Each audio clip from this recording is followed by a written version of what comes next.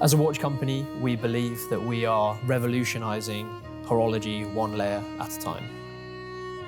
So additive manufacturing can do a lot of different things that normal traditional CNC machining and casting can't do. You're taking a build plate which has nothing on it, and you're going through a layer by layer process, doing 2D geometries, building it up layer by layer, and then you're creating a 3D geometry. And what this means is you can do cool and artistic creations which you wouldn't be able to do with normal technologies. So we want to celebrate the engineering and the manufacturers that are available here in the UK, and a great example of that is Apex Additive Technologies that we're here today. They are our manufacturer of our additive cases. They can do a wide range of different materials. Their expertise allow us to be able to produce the more efficient components and minimize the waste of our products. It was really great to have Apiar here today.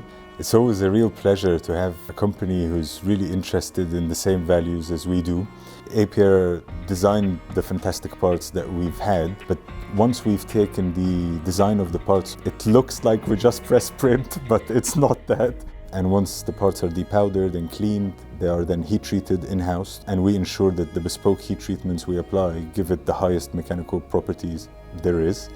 And I say that with confidence. Metal additive manufacturing is an additive process. So rather than having a solid block of something and then taking material away, you're building in real time. We've had the opportunity to see lots of the processes involved with that today. So you start with something called a build plate, and layer by layer, you build up the structure. Once the printing process is finished, the parts will be submerged in a really fine particles of, in this case, titanium. Inside that environment, the engineer will remove all of the powder, but it's not absolutely perfect. It's got a lattice structure, and that provides lots of empty cavities for this potentially harmful powder to remain in.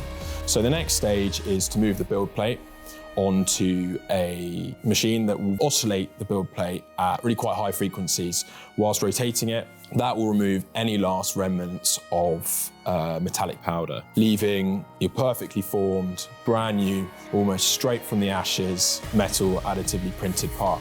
They go over the build plate with a laser scanner, and that slowly builds up a real-time 3D image on the computer.